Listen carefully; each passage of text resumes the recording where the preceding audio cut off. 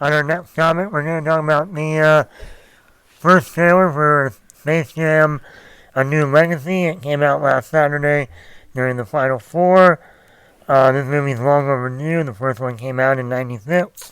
I was in kindergarten. I am 31. We were youngins. I was 31. I'm 31 now. Don't do the math. So long overdue. So Zach, what do you think about the trailer? It was what it was. I don't know, man. Just something feels off about it. I don't know if it's the animation, if it's like just the general overview of the story that they were telling. Like, I don't know. Like, I was kind of hyped for it, but I wasn't. It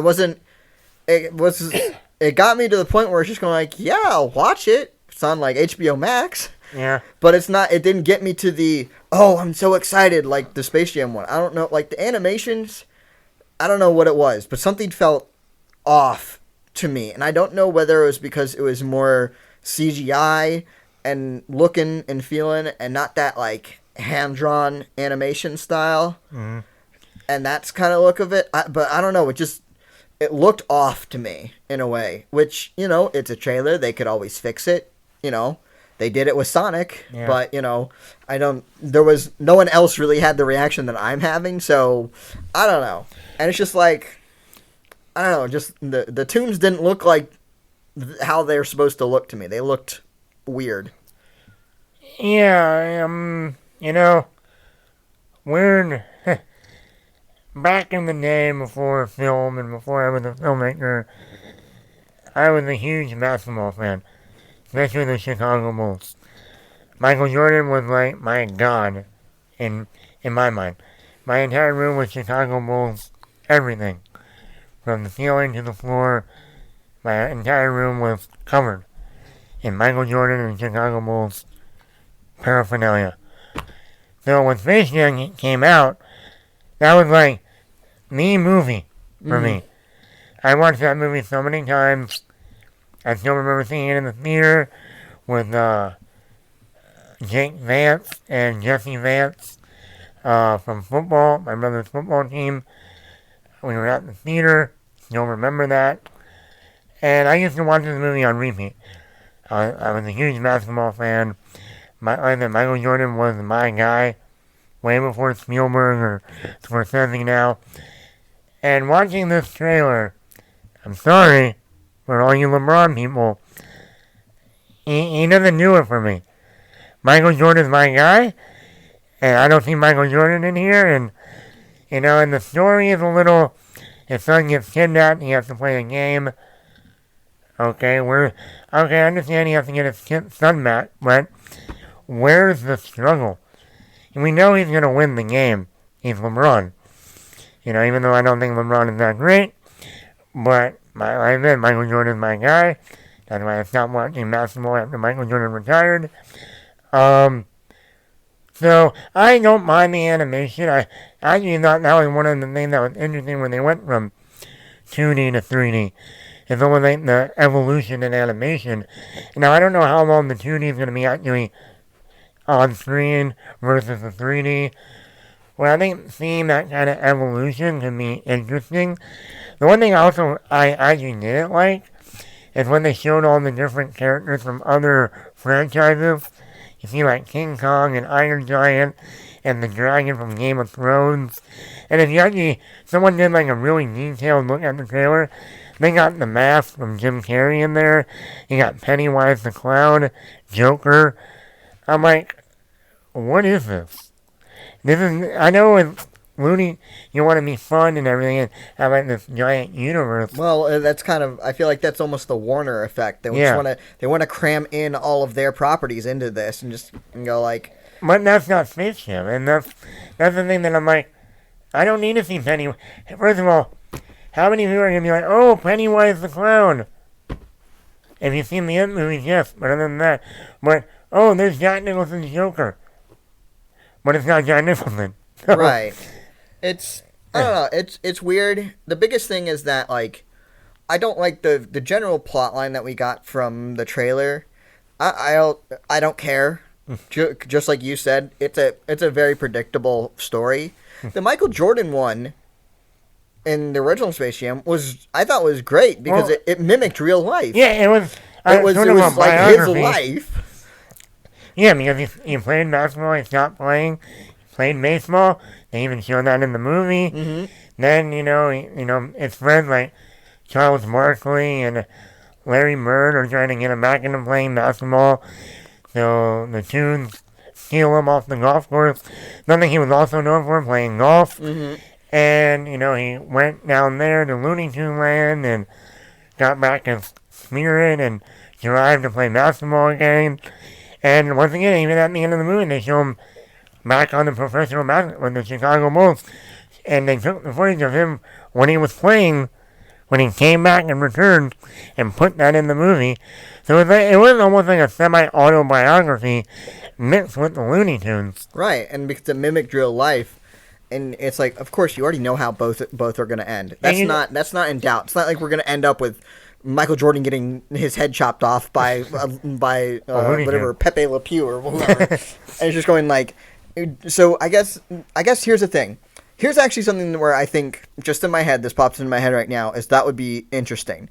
So, do you remember the scene? I remember this, and I'm not a basketball fan, of when LeBron went to the Miami Heat. And they had that press conference, and they were going like, we're not going to win 1 ring. We're not going to win 2 rings. We're not going to win 3. And they did that. That is a great villain. I know LeBron he never wants to be portrayed as a villain, but that would be a great villain role in a Space Jam stuff. If you take the same kind of thing where the guy comes and he abducts the players and turns them into aliens, and that's where they get the opposing team. I think using that Miami team of that time and almost using that part in and almost setting it back in then would be a great thing of LeBron to have been the captain of the aliens team. I don't know who you would then base off of the whatever. Kobe's gone, so unfortunately, but I guess that put Kobe on there. Yeah, I mean, or it's just like, I don't know. It's just like Michael Jordan has a better story than LeBron, kind of going into it, just of how everyone views Michael Jordan. When the pandemic hit and that the Michael Jordan docu-series hit. Oh, The Last Dance. Yeah, that was like huge.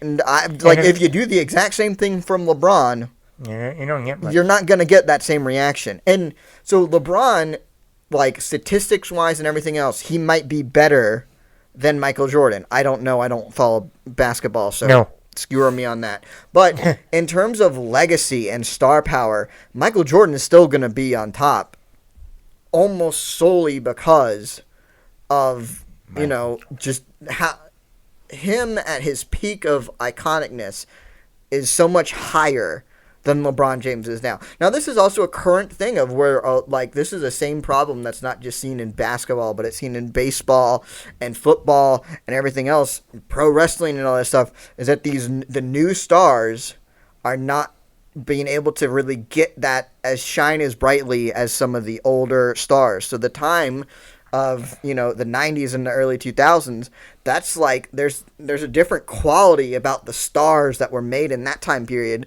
than are the ones that are made in the past 10 years. And then also, like, I mean, even if you think of like supporting characters like Bill Murray and Wayne Knight from Jurassic Park, the fat guy, those were comic relief in the original, especially Bill Murray at the time.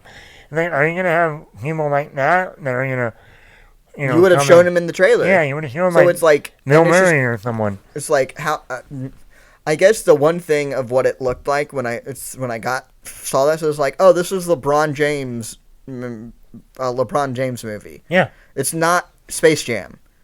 It's a LeBron James movie. And it's a LeBron James movie that I don't really care to see. I mean, then it'll be interesting. This will be another movie that's going to be on HBO Max and in the theater. How many people want to go see it in the theater versus HBO, especially with a movie like this, it's Space Jam. And by July, it'll be interesting where we are in terms of opening up and everything. Yeah, so we'll see. I mean, this could be the one thing of what we're saying all this stuff, it's aimed at kids.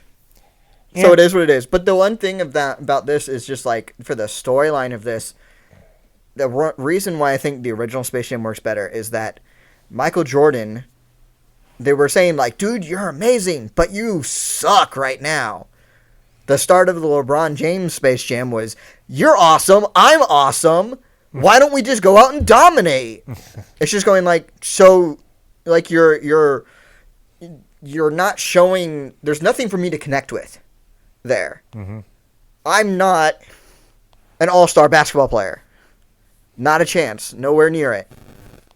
So it's like, but I can connect with Michael Jordan of being like, I'm really good at something, but I'm not doing that something, and I suck at what I'm trying to do. Mm-hmm. But I'm really good at this other thing. Why aren't you doing this other thing? Mm-hmm. That's something that people can connect with. Yeah. I don't get that personal connection for LeBron saying, like, you're awesome, I'm awesome, let's go do awesome sauce. I think for me it's going to be more nostalgia than anything. I'm not a LeBron fan. Mm-hmm. I haven't really watched basketball in years, since elementary school. Yeah. So right there will just mean something to me like, oh, I haven't seen a movie in a while. Let's for 90 minutes, let's go see how it is. On HBO Max. Yeah, maybe I'll come over here and we'll watch it here. Yeah. Maybe we'll just like, we'll stream our reactions to it or something. Yeah. And always remember to like, comment, subscribe wherever you are. The podcast is available wherever you want to get your podcast. If we are not there, let us know, and we will get there. Remember to like our Facebook page, Attack Bat Productions. Thanks for listening, everyone.